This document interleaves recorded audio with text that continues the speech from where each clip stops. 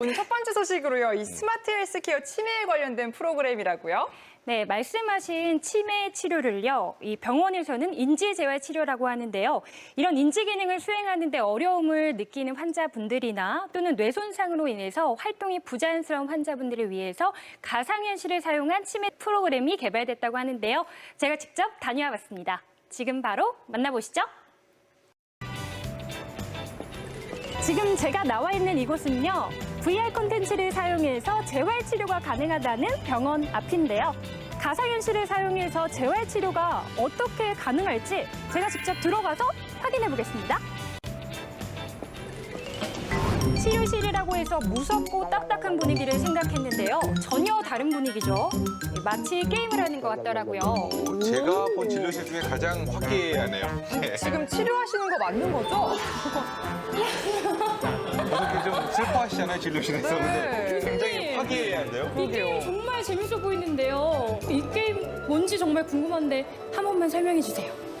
저희가 치매나 뇌졸중 같은 환자분들 같은 경우에 다양한 형태의 인지장애가 발생을 합니다.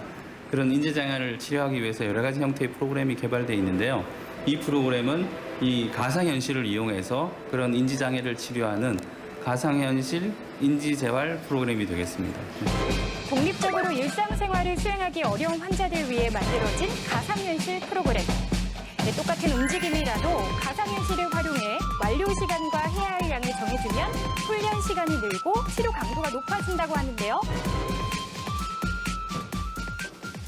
우선 이런 가상현실 인지재활 프로그램을 통하여 환자분들의 치료에 대한 동기가 매우 높아질 것으로 기대가 됩니다. 그리고 과제에 대한 몰입도와 집중력이 향상되고 환자분들이 익숙한 거실이나 부엌 그리고 시장 등 익숙한 환경을 재현하여서 치료에 이용함으로써 환자분들의 일상생활 수행 능력과 그리고 문제 해결 능력 등이 향상될 것으로 기대하고 있습니다. 환자의 흥미를 유발하고 게임하듯 움직이게 하는 게 가장 큰 장점이라고 합니다. 자, 가상현실을 사용해서 재활치료를 직접 해보셨는데요. 어떠셨어요? 실제로 운동도 많이 되고 집에서 혹은 일상생활에서 직접 사용하고 행동하는 동작들을 그대로 할 수 있어서 좋았습니다. 네, 무엇보다 치료를 받는 환자들의 만족도가 제일 크다고 하는데요. 우리가 재활치료실에서 치료를 하게 되는데 굉장히 거기서 하는 치료들이 1차적으로 굉장히 초기 단계에는 어느 정도 도움이 되지만 어느 정도 진행이 되고 나면 그거를 현실과는 상당히 떨어진 경우가 많습니다. 그런데 이런 가상현실을 이용을 하면 치료실 내에서도 이런 환자분들이 직접적으로 기능을 수행하는 영역을 재현할 수가 있습니다. 그러다 보니까 이런 가상현실을 이용해서 재활치료에 활용을 해보고자 본 프로그램을 같이 개발하게 되었습니다. 네, 그래서 이번에는 인지재활 콘텐츠의 개발을 위해 이 병원과 협력해서 가상현실 프로그램을 만들었다는 업체를 찾아가 봤습니다. 괜히 방해가 될까 봐 조심스러운데요. 저 한번 조용히 따라와 보세요. 환자의 치료를 위한 의료 콘텐츠를 만드는 회사인 만큼 직원들의 집중도가 엄청났는데요. 자부심도 굉장히 크실 것 같아요. 예. 이 프로그램 뭔가요? 이 프로그램은 다양한 개발 도구들과 어플리케이션, 프로그래밍 인터페이스를 바탕으로 한 실시간 개발 플랫폼입니다. 저희랑 같은 마음이셨네요. 예. 이해합니다. 그럼요. 사용자 정보 DB인다고요? 예? DB요. DB. 무슨 말인지 모르겠어요. 그럼 직접 한번 시연을 한번 해보시는 게 어떨까요? 가장 좋은 방법이에요. 최고죠. 네. 가볼까요?